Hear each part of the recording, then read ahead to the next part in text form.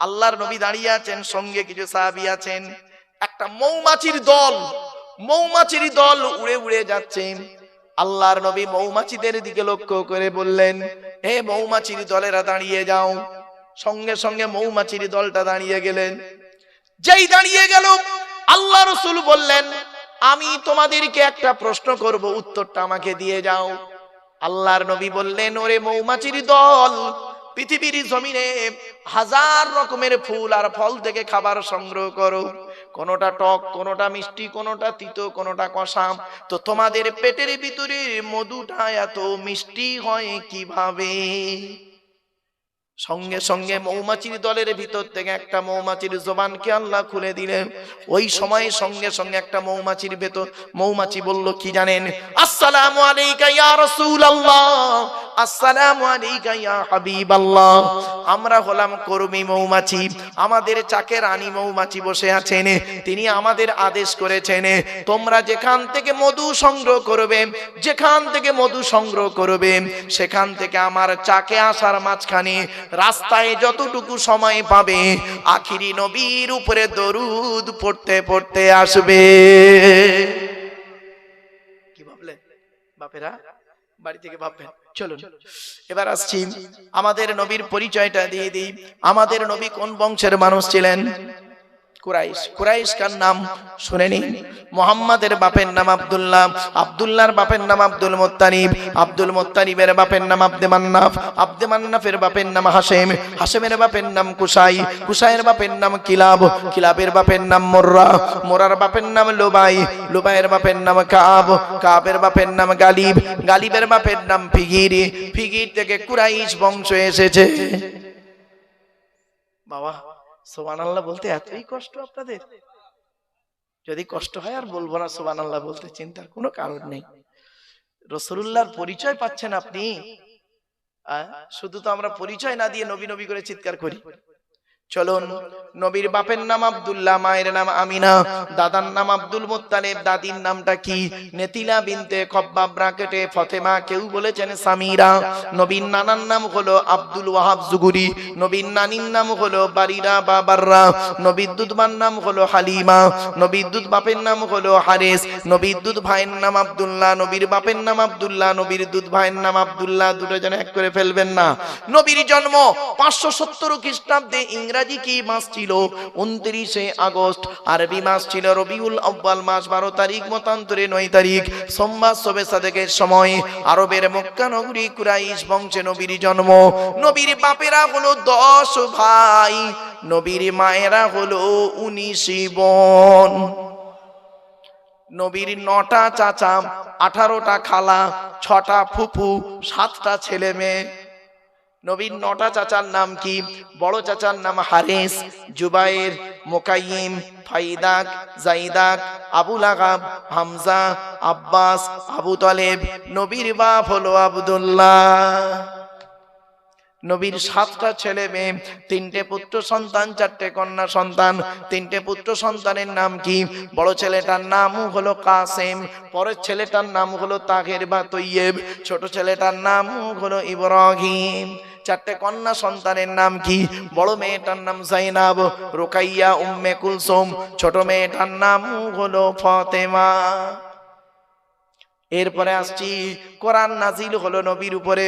এখন কোরআনের পরিচয়টা দিয়ে দিই, শুনে নিন। এ কোরআন আল্লাহর তরফ থেকে জিবরাইলের মাধ্যমে হযরত মুহাম্মদ সাল্লাল্লাহু আলাইহি ওয়াসাল্লামের উপরে আরবের মক্কা নগরের নিকটবর্তী একটি গুহাটির নাম হলো হেরা। হেরা নামক গুহাতে 610 খ্রিস্টাব্দে, কত 610 খ্রিস্টাব্দে 1 ফেব্রুয়ারি সোমবার। এগুলো মনে রাখবেন। আজকের তারিখটা কত আছে বাবা? 23শে ডিসেম্বর 2025 সাল, তাই তো নাকি? কি বার ছিল আজকে? মঙ্গলবার। আর কোরআন এসছে কবে? 610 সালে। 610 সালে 1 ফেব্রুয়ারি সোমবার। বাড়ি থেকে দুটো সাল লিখবেন, উপরে লিখবেন 23/12/2025 সাল, আর নিচেই লিখবেন 2/1/610 সাল। মাইনাস প্লাস করবেন, করলেই পেয়ে যাবে কতদিন আগে এই কোরআন নাজিল হয়েছে। 610 খ্রিস্টাব্দে 1 ফেব্রুয়ারি সোমবার কোরআনের প্রথম আয়াত নাজিল হলো। ইকরা, রিড, পড়ো, পড়ো পড়ো। আর আমাদের প্রথম বাক্য এখন কি জানেন? রাগ করবেন না কেউ। গেল গেল গেল, পেট শান্তি দুনিয়া শান্তি। এই কোরআনে আছে 82 জায়গায় নামাজের কথা বিভিন্ন অ্যাঙ্গেলে, আর 92 জায়গায় আছে লেখাপড়ার কথা। আমরা লেখাপড়ায় পিছিয়ে আছি। রাগ করবেন না, খারাপ সেন্স নেবেন না কিন্তু। চলুন, এখানে অনেক মানুষ আছে দেখবেন, একদম বাস্তব বলছি, আমার মা বোনরা কেউ রেগে যাবেন না দয়া করে। অনেক বাড়িতে গিয়ে দেখবেন সানসেট গুলোতে বিশাল বড় বড় কেতাব কেনা আছে, ছেলে আমার আলেম হবে, মাস্টার, ডাক্তার, ইঞ্জিনিয়ার, প্রফেসর হবে। আর অনেক বাড়িতে গিয়ে দেখবেন সানসেট গুলোতে বিশাল বড় বড় তরকারির হাঁড়ি আছে, মাল বগরাই দিয়ে বেরোবে। বাবা, হাঁড়ি দিয়ে ঘর ভর্তি না করে কেতাব দিয়ে ঘর ভর্তি করুন। ছেলেকে ধনী না বানিয়ে জ্ঞানী বানিয়ে যান, ছেলেকে ধনী না বানিয়ে জ্ঞানী বানিয়ে যান। অনুরোধ করে বলে যাচ্ছি, শতমূর্খ লয়ে আমি স্বর্গে নাহি যাব, দ্বাদশ পণ্ডিত নিয়ে পাতালেই রব। 100 জন মূর্খ মানুষকে নিয়ে স্বর্গে গিয়ে কোনো লাভ নেই, 12 জন শিক্ষিত লোককে নিয়ে নরকে থাকা অনেক ভালো। মূর্খ বন্ধুর থেকে শিক্ষিত শত্রু ভালো। জ্ঞানী গুণী বুদ্ধিজীবী মানুষ লেখাপড়ার গুরুত্ব কত বেশি জানেন? শুনলে চমকে যাবেন। ছোট্ট একটা উদাহরণ দিচ্ছি, আপনাদেরকে অনুরোধ করে বলে যাচ্ছি, আপনারা যেমন ছেলেদেরকে মাধ্যমিক, উচ্চ মাধ্যমিক, বিএ পাস, এমএ পাস, আলেম, হাফেজ, মাস্টার, ডাক্তার, ইঞ্জিনিয়ার, প্রফেসর করাচ্ছেন, সাথে সাথে মেয়েদেরকেও মাধ্যমিক, উচ্চ মাধ্যমিক, BA pass, MA pass, আলেমা, হাফেজা, master, doctor, engineer, professor করাবেন। কারণ কি জানেন? ইংরেজিতে একটা কথা আছে, one mother's is equal to 100 teacher. একটা মা হলো 100 জন শিক্ষকের সমতুল্য। একজন পুরুষ যদি শিক্ষিত হয়, সে কেবল নিজেই শিক্ষিত হয়। একজন নারী যদি শিক্ষিত হয়, গোটা পরিবারটা শিক্ষিত হয়। নারী শিক্ষার গুরুত্ব খুব বেশি গো বাপ। এই কোরআনে 3টে সূরা আছে শুধু নারীদের আলোচনা। সূরা নিসার মধ্যে নারীদের আলোচনা, সূরা নূর নারীদের আলোচনা, সূরা আহজাব নারীদের আলোচনা। কোথায় আছেন আপনি? আপনি তো সব ভাবেননি কোনোদিন। এই কোরআনে আছে 250 রকমের হারাম। কত কত কত? 250 রকমের হারাম। আর এই কোরআনে আছে 250 রকমের হালাল। আপনি কটা হারাম জানেন? ওই সুদ খাওয়া, মদ খাওয়া, ঘুষ খাওয়া, বিয়ের পণ্য বা নারী নির্যাতন করা, জমির আলচুরি করা, হুক মেরে কারেন্ট নেওয়া, জানে না। 250 রকমের হারাম। 2-4টা বলবো? হ্যাঁ, এই দেখুন, স্ত্রীর পিতামাতাকে গালি দেওয়া হারাম। স্ত্রীর পিতামাতাকে, শ্বশুর শাশুড়ি গালি দেওয়া হারাম। এবার আপনি এখানে বসে ভাবুন, ঈদের দিন রাতের বেলা একটু রাত করে ঘুমিয়েছেন, সকালবেলা আপনার স্ত্রী ঈদের দিন সকালবেলা উঠতে একটু দেরি করেছে, বেচারা উঠতে পারেনি ঠিক মতো, এখন খাবার তৈরি হয়নি, ও করেছে কি, ঈদের নামাজ পড়তে যাবে, খাবার এখনো হয়নি। স্ত্রীকে করলো কি, ঈদের দিন সকালবেলা তার মামাসি তুলে গালাগালি করলো, এমনকি মরা বাপটাকে কবর থেকে তুলে আনলো, মরা মাটাকে কবর থেকে তুলে আনলো, তার চোখের পানি ফেলেই দিয়ে ও করলো কি, গোসল করে নতুন জামা কাপড় পরে আতশ সুরমা মেখে 2 রাকাত ঈদের নামাজ, মাঠে গিয়ে ঈদের নামাজ পড়ে ইমাম সাহেবের বুকে বুকে মিলছে। হাও মনে করলো ঈদের নামাজ আল্লাহ কবুল করে ফেলেছে। এত সোজা নয়। কোরআনে বলা হয়েছে নাসাবা ওয়া সিহরা, শ্বশুর জামাইয়ের সম্পর্ক আল্লাহ দিয়েছে, দিয়ে বংশ বিস্তার করেছে। কোথায় আছেন আপনি? আরেকটা বলছি শুনুন, আরেকটা হারাম। আল্লাহ রাসূল বলেছেন লানাল্লাহু মান সারাকা মানারাল আরদি, ওই সমস্ত লোকেদের প্রতি আল্লাহর গজব, জাহান্নাম, যারা জমির আলচুরি করে করে জমি বাড়িয়ে নেয়। কত আলচর চাচা বসে আছে, আল্লাহই ভালো জানি, রাগ করবেন না।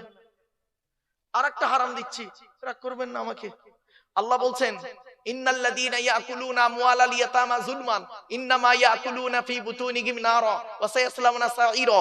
4 নম্বর পারা 17 নম্বর পৃষ্ঠা 14 নম্বর লাইন, সূরার নাম সূরা নিসা 10 নম্বর আয়াত। নিশ্চয়ই যারা এতিমের মাল খেয়ে নেয়, এতিমের মাল যারা খায়, এতিমের মাল যারা ভক্ষণ করে, ওরা ওদের পেটে নরকের আগুনগুলো ঢোকাতে শুরু করে। আমি আল্লাহ ওদের জন্য সাইর নামক জাহান্নাম নির্ধারিত করে রেখে দিয়েছি।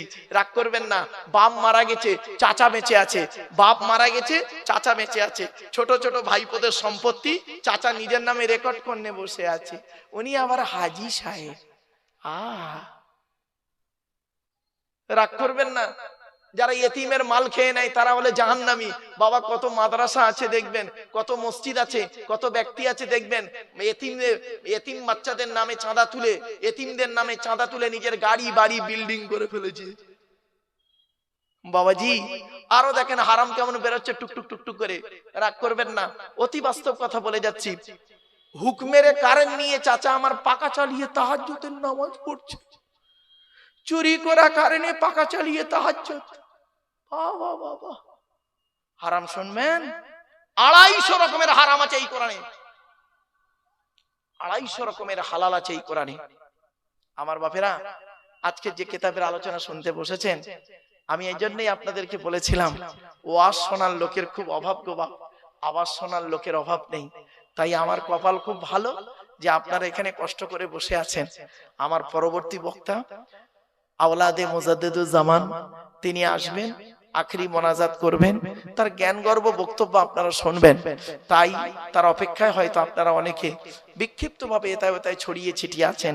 বাবা আমার তো তেমন ইলিম কালাম নেই, আমার তেমন জ্ঞান নেই বাপ, তবে যতটুকু আল্লাহ দিয়েছে তার ভেতর থেকে আপনাদেরকে যতটুকু আল্লাহ পাক বলাচ্ছেন সেগুলো আপনাদের কাছে তুলে ধরছি। চলুন এগিয়ে যাচ্ছি। এ কোরআনের পরিচয় হলো 610 খ্রিস্টাব্দে 1 ফেব্রুয়ারি, মনে আছে না ভুলে গেলেন? কোরআন 610 খ্রিস্টাব্দে 1 ফেব্রুয়ারি সোমবার কোরআনের প্রথম আয়াত নাজিল হলো, ইকরা, রিড, পড়ো পড়ো পড়ো।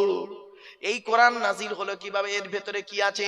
30টা পারা, 30টা পারা, 540টা রুকু, 114টা সূরা, 14 থেকে 15 খানা সাজদা, 7টা মঞ্জিল, 8 থেকে 12 খানা সাক্তা, 6666টা আয়াত, কেউ বলেছেন 6236টা আয়াত, 3,23,215টা অক্ষর। এ কোরআন 22 বছর 9 মাস 14 দিন, কম বেশি 23 বছর ধরে কোন ঘটনাকে কেন্দ্র করে, কোন ব্যক্তিকে কেন্দ্র করে, কোন বস্তুকে কেন্দ্র করে, কোন জায়গাকে কেন্দ্র করে কোরআনের আয়াতগুলো নাজিল হয়েছে। 6000 আয়াত নাজিল হয়েছে, 12,000 জায়গায় নাজিল হয়েছে। 6000 আয়াত 12,000 জায়গায় নাজিল হয়েছে। কটা জায়গার নাম জানেন? শুধু ওই মক্কা আর মদিনাই তো জানেন। ওই সূরার প্রথমে লেখা আছে মাক্কিয়া, মক্কা, আর মাদানিয়া লেখা আছে মদিনাই মনে করলেন না বাবা, 12,000 জায়গায় নাজিল হয়েছে। এই আয়াতগুলো কাকে কেন্দ্র করে, কোথায়, কি অবস্থায়, কোন ব্যক্তিকে কেন্দ্র করে, কোন জায়গাকে কেন্দ্র করে, কোন বস্তুকে কেন্দ্র করে কোরআনের আয়াতগুলো নাজিল হয়েছে? একটা বলবো, আবার বলবো কি বলুন না একটু, হ্যাঁ শুনুন।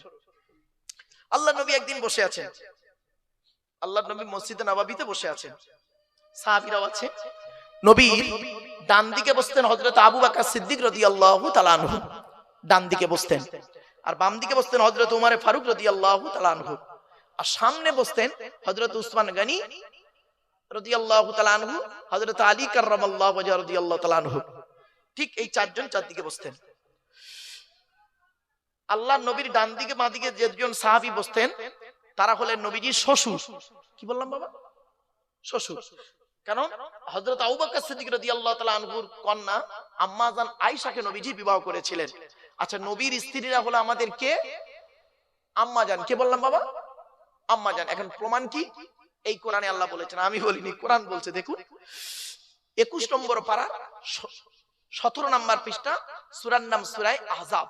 আল্লাহ বলছেন আন-নাবিয়্যু আউলা বিল মুমিনিন ওয়া আজওয়াজুহু উম্মাহাতুহুম। মুমিনদের কাছে সর্বোত্তম হলো নবী, আল্লাহর পরে নবী, আর ওয়াজওয়াজুহু নবীর স্ত্রীরা হলো উম্মাহাতুহুম, তাদের মায়ের মতো। এজন্য আমরা বলি আম্মা জান আয়েশা, আম্মা জান খাদিজা, আম্মা জান হাফসা। এটা মাথায় রাখুন। চলো, তো হযরত আবু বকর সিদ্দিক রাদিয়াল্লাহু তাআলা আনহু বলেন আল্লাহ নবীর শ্বশুর। এখন একটি ছোট্ট জিনিস শিখিয়ে দিই আপনাদের। এখন নবীজি বয়সে বড় না হযরত আবু বকর সিদ্দিক রাদিয়াল্লাহু তাআলা আনহু বয়সে বড়? বলেন বলেন। আরে ভুল হোক না ভাই, আবু বকর বড় আপনাদের কাছে, তো মানে সম্মানের দিক থেকে তো নবী বড়, আমি এটা বলছি, অস্বীকার করছি না, 100% নবী বড় সম্মানের দিক থেকে। কিন্তু বয়সে, দিন রাত্রির বয়সের দিক থেকে কে বড়? আবু বকর বড় আপনাদের কাছে? না বাবা, ভুল ধারণা। শুনে নিন, আল্লাহ নবী আবু বকরের থেকে বয়সে বড়। কতদিনে? শিখে নিন। আমি বলেছিলাম না, আমার ওয়াজ শুনতে এলে একটু সময় লাগবে, বলে দিচ্ছি, সময় লাগবে, ধৈর্য লাগবে, একটু ব্রেন লাগবে। কে আবু বকর বড়? আবু বকর সিদ্দিক রাদিয়াল্লাহু তাআলা আনহু নবীর থেকে বয়সে বড়। কতদিনের বড়? শুনে নিন, 2 বছর 2 মাস 10 দিন। কত বললাম বলুন একটু। 2 বছর 2 মাস 10 দিনের বড় হলো হযরত রাসূল করিম সাল্লাল্লাহু আলাইহি ওয়াসাল্লাম, আর 2 বছর 2 মাস 10 দিনের ছোট হলো হযরত আবু বকর সিদ্দিক রাদিয়াল্লাহু তাআলা আনহু। তাহলে দুনিয়ার দিন রাত্রির গণনা তো ছোট, আর সম্মানের দিক থেকেই তো সাহাবী আপনারা জানেন। ব্যাস চলো। তো এবারে সব বসে আছেন মসজিদে নববীতে। মদিনার তৎকালীন সময়ের সবথেকে ধনী লোক, প্রচুর টাকার মালিক, প্রচুর টাকার মালিক। সাহাবীটার নাম কি শুনলেন? সাহাবীটার নাম হলো হযরতে আমর জামুহ রাদিয়াল্লাহু তাআলা আনহু। কি বললাম বাবা, একটু বলেন, উচ্চারণটা করেন। আমর জামুহ, বলুন বাবা বলুন। এই নামটা মনে রাখবেন। কেন এই দুবার তিনবার করে বলছি জানেন? যাতে করে ব্রেনে থাকে। হযরতে আমর জামুহ রাদিয়াল্লাহু তাআলা আনহু নবীর এক সাহাবী। উনি উহুদের যুদ্ধে শহীদ হয়েছিলেন। উহুদের যুদ্ধে শহীদ হয়েছিলেন। কপালে এখানে তীর লেগেছিল, তীর লেগে উনি শহীদ হয়েছিলেন।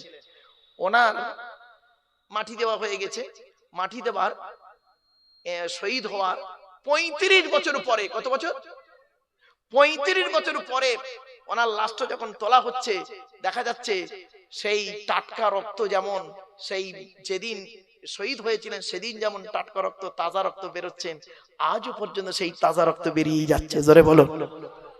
এজন্য আপনাদের বলে যাচ্ছি, কয়েক কটা দেহ মাটি খেতে পারে না, টাটকা থাকে, পচে না। 1 নাম্বার, নবীদের দেহ মোবারক মাটি খেতে পারে না, টাটকা থাকে। সুবহানাল্লাহ বলা গেল না। 2 নাম্বার, শহীদানদের দেহ মোবারক মাটি খেতে পারে না, টাটকা থাকে। যেমন আল্লাহর রাস্তায় যারা শহীদ হয়েছে তাদের সম্পর্কে কোনো বাজে মন্তব্য করবেন না কোনোদিন। কোরআনের দলিল, কোরআনে বলা হয়েছে লা তাকুলু লিমান ইউক্তালু ফি সাবিলিল্লাহি আমওয়াত বাল আহইয়াউম ওয়ালাকিন লা তাশউরুন। 2 নম্বর পারা 2 নম্বর পৃষ্ঠা 13 নম্বর লাইন, সূরার নাম সূরা বাকারা। আল্লাহ বলছেন যারা আল্লাহর রাস্তায় নিজের জীবনকে বিলিয়ে দিয়েছে তাদেরকে তোমরা মৃত বলো না, বরং তারা জীবিত, তোমরা তা অনুভব করতে পারো না। তারা কবরে কি খায় কোরআন জানিয়ে দিয়েছে। 4 নম্বর পারার 11 নম্বর পৃষ্ঠা 10 নম্বর লাইন, সূরার নাম সূরা ইমরান। লা তাহসাবান্নাল্লাযীনা কুতিলু ফি সাবিলিল্লাহি আমওয়াতা বাল আহইয়াউন ইনদা রাব্বিহিম ইরযাকুন। আল্লাহ পাক বলছেন যারা আল্লাহর রাস্তায় নিজের জীবনকে বিলিয়ে দিয়েছে তাদেরকে তোমরা মৃত বলো না, মৃত বলে ধারণাও করো না, বরং তারা জীবিত, আল্লাহর তরফ থেকে খাবার প্রাপ্ত হয়। তাহলে 3 নাম্বার হলো, এই 2 নাম্বার হলো শহীদানদের দেহ মোবারক মাটি খেতে পারে না। 3 নাম্বার মোকাম্মাল কোরআনে হাফেজের দেহ। কি বললাম বাবা? মোকাম্মাল কোরআনে হাফেজ। ওই ছেঁচড়া মার্কা হাফেজ সাহেবের কথা বলিনি বাবা। হাফেজ সাহেব হয়ে মসজিদে ইমামতি করছেন আর পাশের বাড়ির মেয়েটার প্রেগন্যান্ট করে দিল, ওই ছেঁচড়া হাফেজ সাহেবের কথা বলিনি আমি।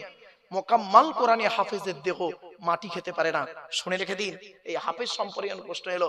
গতকালকে আমার জলসা ছিল আসামে, শোনিতপুর জেলায়। তো কটা ছেলের মাথায় আমি পাগড়ি দিলাম, তো ওরা বললো হুজুর আপনাকে এই পাগড়িটা দেওয়া হবো।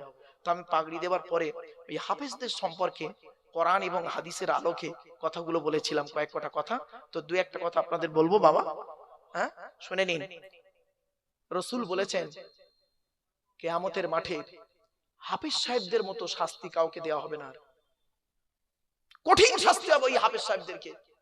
যে হাফেজ সাহেবরা কি কোরআন ভুলে গেছে, কোরআন মুখস্থ করে কি করেছে, ভুলে গেছে। ভুলে কিভাবে? কোরআন তো আল্লাহর একটা নূর, কদ জাআকুম মিনাল্লাহি নূর আপনারা কিতাবুম মুবিন। আর এই ফাআমিনু বিল্লাহি ওয়া রাসূলিহি ওয়ান নূর আল্লাযী আনজালনা। সূরা তাকাবুন, এই কোরআন হলো একটা নূর। কোরআনের অনেকগুলো নাম, তার মধ্যে একটা নাম হলো নূর। এই নূর আল্লাহ যাকে তাকে দেয় না, যাকে তাকে দেয় না। আর যাকে দেয় না তাকে আল্লাহ ভালোবাসে বলে দেয়। ইউতিল হিকমাতা মান ইয়াশা ওয়া মান ইউতাল হিকমাতা ফাকাদ উতিয়া খাইরান কাসীরা ওয়া মা ইয়াযাক্কারু ইল্লা উলুল আলবাব। 3 নম্বর পারা 4 নম্বর পৃষ্ঠা 14 নম্বর লাইন, সূরার নাম সূরা বাকারা।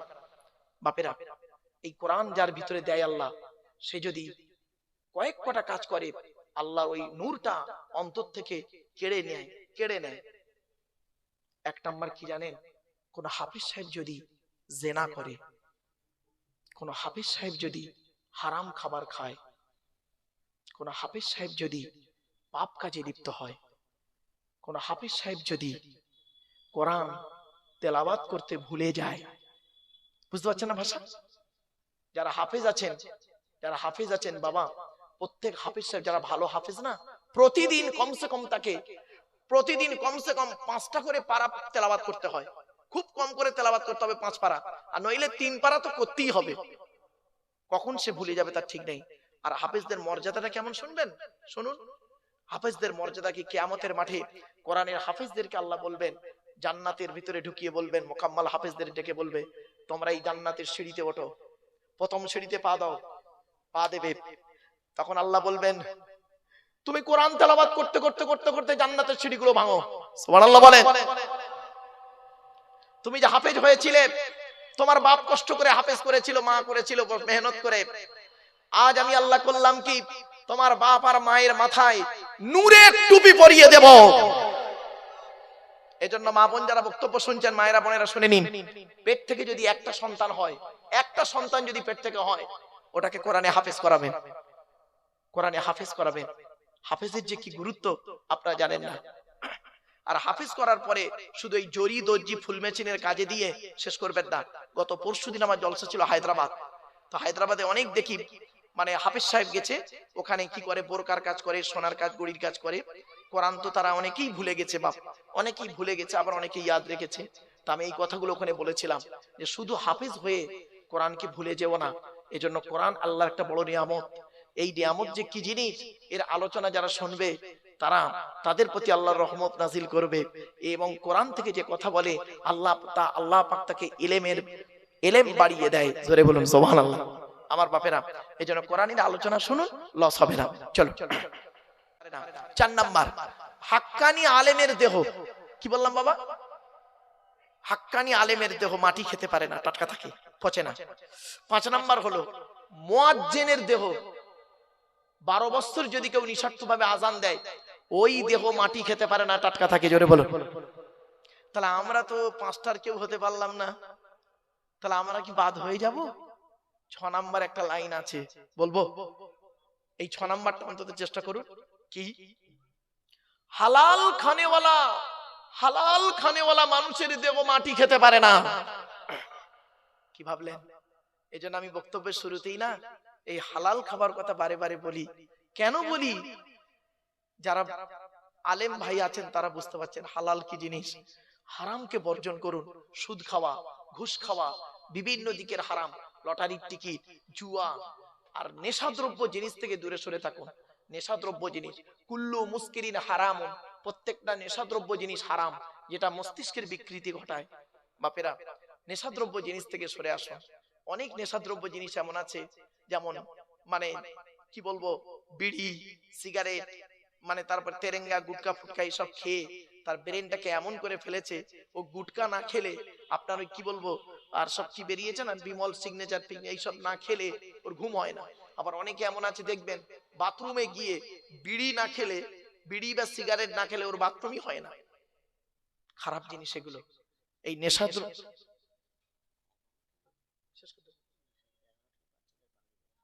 আচ্ছা আচ্ছা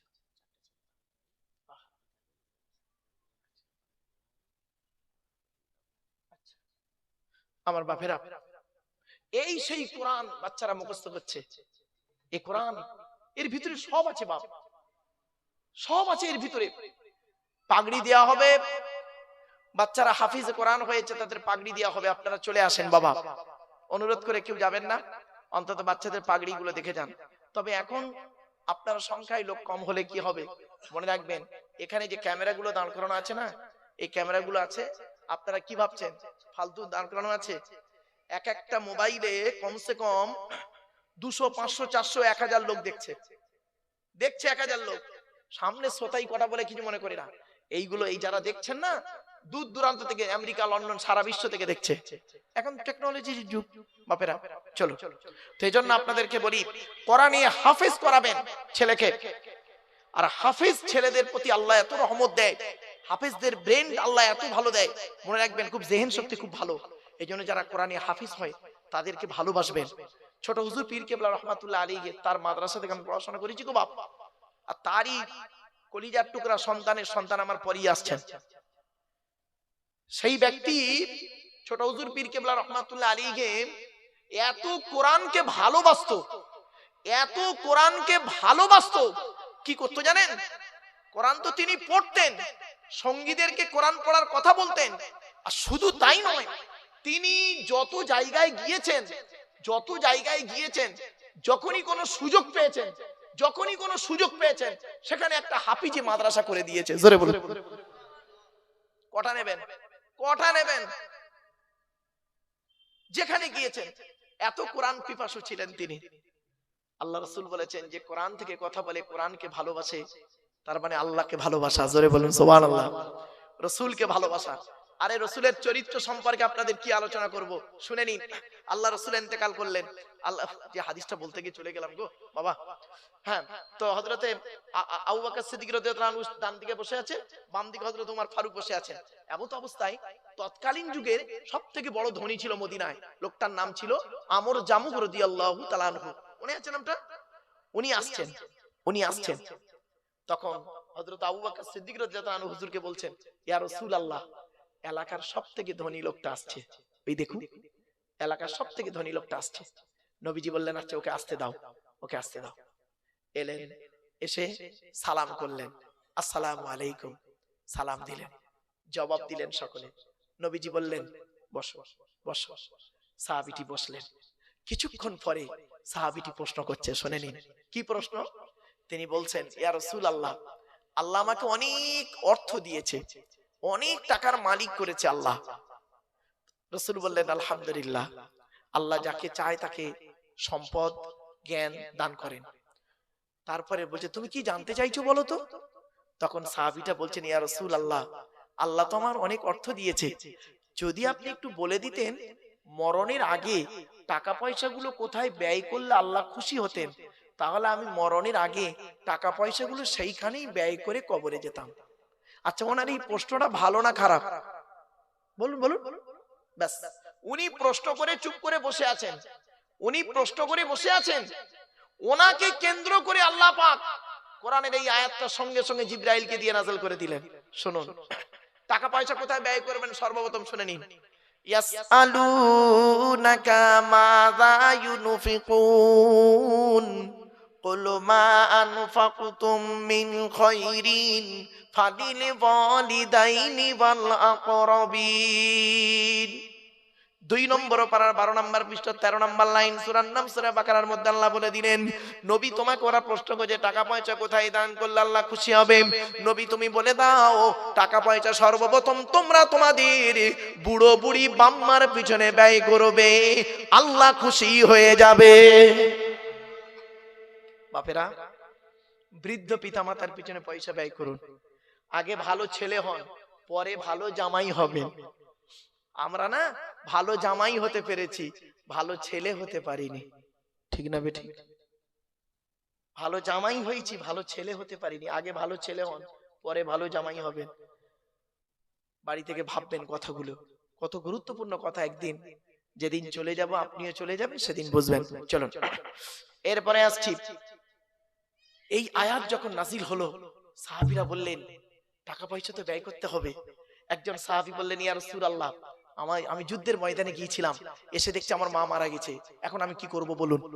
নবীজি বললেন, শোনো, তুমি যুদ্ধের ময়দানে গিয়েছিলে, এসে দেখছো তোমার মা মারা গেছে, তুমি তোমার মায়ের জন্য দুটো কাজ করবে। 1 নাম্বার, তুমি তোমার মায়ের জন্য রুহে মাগফিরাতের দোয়া চাইবে। 2 নাম্বার, তুমি তোমার মায়ের জন্য দান খয়রাত করবে, কবরে শুয়ে শুয়ে তোমার মা সওয়াব পাবে। আরেকজন সাহাবী দাঁড়িয়ে দাঁড়িয়ে বলছেন, ইয়া রাসূলুল্লাহ, ইয়া রাসূলুল্লাহ, আমার বাপ মা দুজনেই অন্ধকার নীরব নগরে চলে গেছে, এখন আমি কি করব বলুন।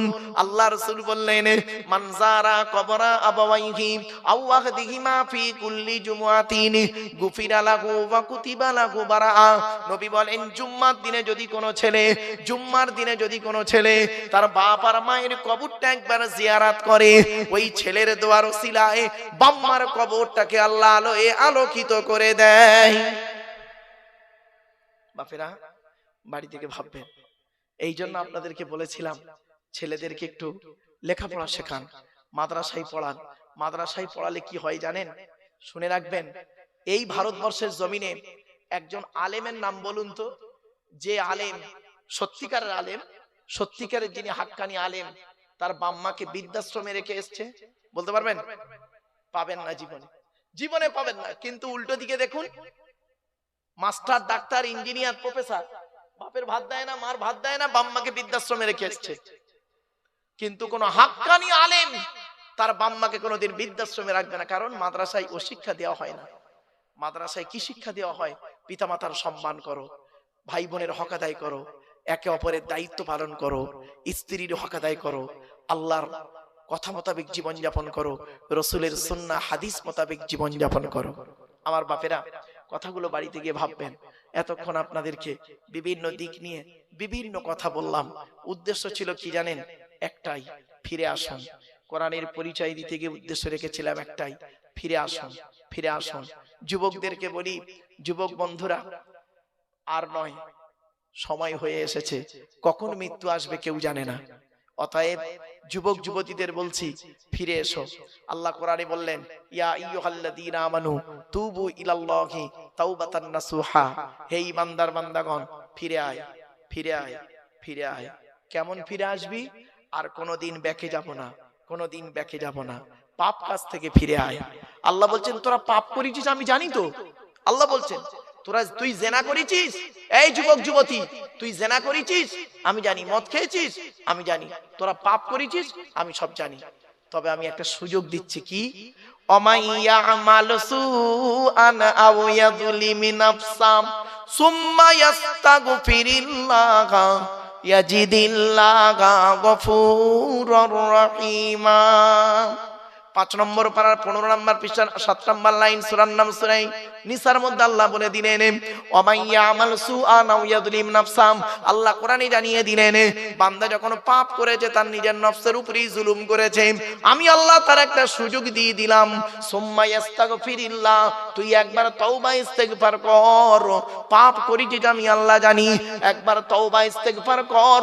সুম্মা ইস্তাগফিরিল্লাহ করলে কি হবে? ইয়াজিদিল্লাহা গফুরুর রহিমা, আমি আল্লাহ তোদের জীবনের গুনাহগুলো মাফ করে দেব। আমার বাপেরা, পাপের কথা খেয়াল করে আল্লাহর কাছে কাঁদুন। এত কষ্ট করে বসে আছেন, তাহাজ্জুদের সময় হয়ে গেছে, তাহাজ্জুদের সময় হয়ে গেছে, এত কষ্ট করে বসে আছেন তো রাসূলুল্লাহর হাদিসটা শোনো। আল্লাহর নবী বলেছেন, হুররিমাতিন নারু আলা সালাসাতি আয়ুনিন। 3 ব্যক্তির চোখ জাহান্নামের আগুন হারাম। 3 ব্যক্তির চোখ জাহান্নামে যাবে না। হুররিমাতিন নারু আলা সালাসাতি আয়ুনিন আইনুন বাকাত মিন খাশিয়াতিল্লাহ। যে চোখটা নাকি নিজের পাপের কথা খেয়াল করে চোখের পানি ফেলে, ওই চোখ কোনোদিন জাহান্নামে যাবে না। এজন্য অনুরোধ করে বলে যাচ্ছি, এখন বয়সটা হয়তো 60-70 হয়ে গেছে, কিন্তু একবার খেয়াল করুন তো, 25 বছর বয়স, 20 বছরের বয়স যখন ছিল আপনার, 20 বছর বয়স যখন আপনার ছিল, এই এলাকার কত পাপ কাজ করে লিপ্ত ছিলেন আপনি। ওই অতীতের কথা খেয়াল করে চোখের পানি ফেলুন। আইনুন বাকাত মিন খাশিয়াতিল্লাহ। 2 নাম্বার চোখটার নাম কি? আইনুন সাহারাত ফি সাবিলিল্লাহ। যে চোখটা নাকি রাত্রি জেগে জেগে আল্লাহর ইবাদতে রাতটা কাটিয়ে দেয়। জোরে বলুন। এই যে আপনি রাত্রি জেগে আছেন, কোরআনের আলোচনা শুনছেন, হাদিসের আলোচনাগুলো শুনছেন, বাড়িতে গিয়ে আমল করবেন, দেখবেন এ চোখ জাহান্নামে যাবে না, জান্নাতে যাবে, রাসূলের ওয়াদা। 3 নাম্বার চোখটার নাম কি? আইনুন গাদ্দাত আম্মা হারিমিল্লাহ। ওই চোখটা, যে চোখটা নাকি হারাম নোংরা কাজ থেকে ফিরিয়ে আনে, নোংরা কাজ থেকে ফিরিয়ে আনে। এই যুবক ছেলে, তোমার এক বন্ধু জেনা করতে যাচ্ছে, তুমি যদি তাকে বুঝিয়ে বাজিয়ে ওই জেনার পথ থেকে ফিরিয়ে আনো। এই যুবতী মেয়ে, তোমার এক বান্ধবী জেনা করতে যাচ্ছে, পাপ করতে যাচ্ছে, তুমি যদি তাকে বুঝিয়ে বাজিয়ে ফিরিয়ে আনো, তোমার কি লাভ হবে শুনবে? তারও কি লাভ, তোমারও লাভ। কোরআন বলছে, ওয়া আম্মা মান খাফা মাকামা রাব্বিহি ওয়া নাহান নাফসা আনিল হাওয়া ফা ইন্নাল জান্নাতা হিয়াল মাওয়া। কোরআন বলছে, কোন ব্যক্তি যদি নিজের নফসটাকে খারাপ কাজ থেকে ফিরিয়ে আনেন, তার ঠিকানা হবে জান্নাত। এজন্য অনুরোধ করে বলে যাচ্ছি, আমি আপনাদেরকে বক্তব্যের শুরুতেই অনেক কথা বলেছিলাম, বুঝিয়ে বুঝিয়ে বলতে চেষ্টা করেছিলাম, কিন্তু আল্লাহই ভালো জানে কোরআন হাদিস ইজমা কিয়াসের কথাগুলি কতটা আপনাদেরকে আমি বোঝাতে পেরেছি আমি জানি না। তবে অনুরোধ করে যাচ্ছি আপনাদেরকে, কোরআন হাদিস ইজমা কিয়াস মোতাবেক জীবন যাপন করার চেষ্টা করুন।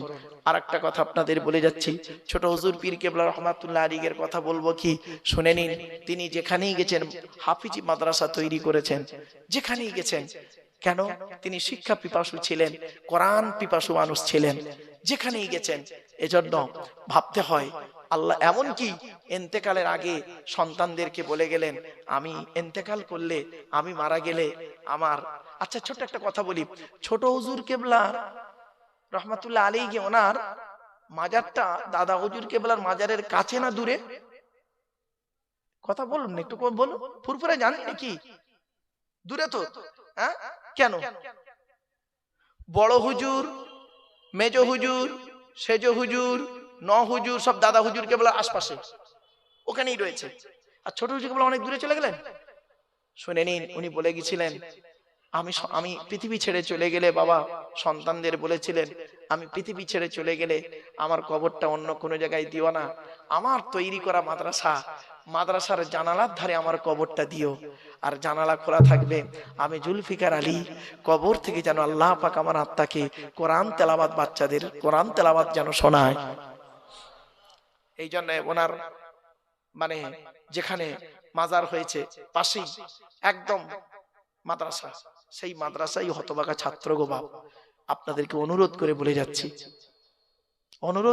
যাচ্ছি, আর দুইজন নারীর দোয়া আমার সঙ্গেই রয়েছে, আল্লাহর রহমত, নবী পাকের কদমের উসিলা, আর এই পৃথিবীর জমিনে দুইজন নারীর দোয়া, একটা হলো আমার আম্মা জান, তার দোয়া, আর একজন কে জানেন? শুনে নিন, ছোট হুজুর পীর কেবলা রহমাতুল্লাহ আলাইহি সেজলা স্ত্রী, অর্থাৎ আমার পরেই যে ভাইজান আসছেন, হ্যাঁ, আওলাদে মুজাদ্দিদুজ্জামান, ওনার দাদি যান। কি ভাবছেন আমার বাপেরা?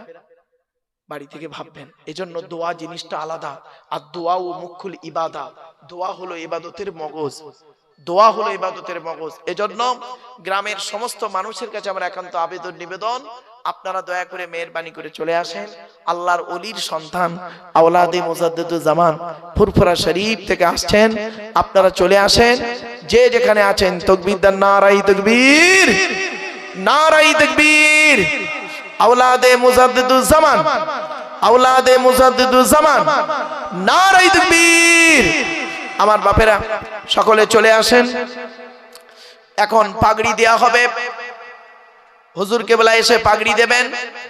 অতএব আপনারা যে যেখানে আছেন, মাদ্রাসার সন্তানদেরকে বলি, মাদ্রাসার সন্তানেরা তোমরাও চলে এসো, শিক্ষকরাও থাকবেন, এবং আওলাদে মুজাদ্দিদুজ্জামান তারই হাত দিয়ে পাগড়ি দেওয়া হবে।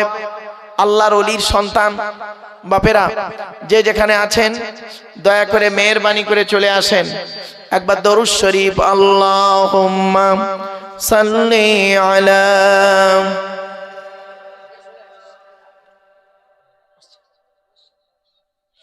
ওয়া আলা আলি সাইয়্যিদিনা মাওলানা মুহাম্মদ।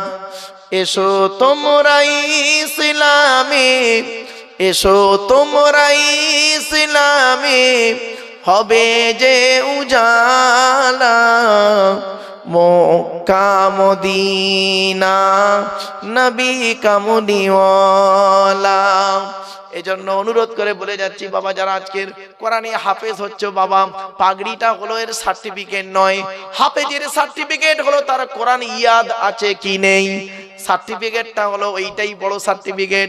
তবে আমরা তাবাররুকান স্বরূপ পাগড়ি দিয়ে থাকি, সার্টিফিকেট দিয়ে থাকি, অনেক হাদিয়া দিয়ে থাকি, এটা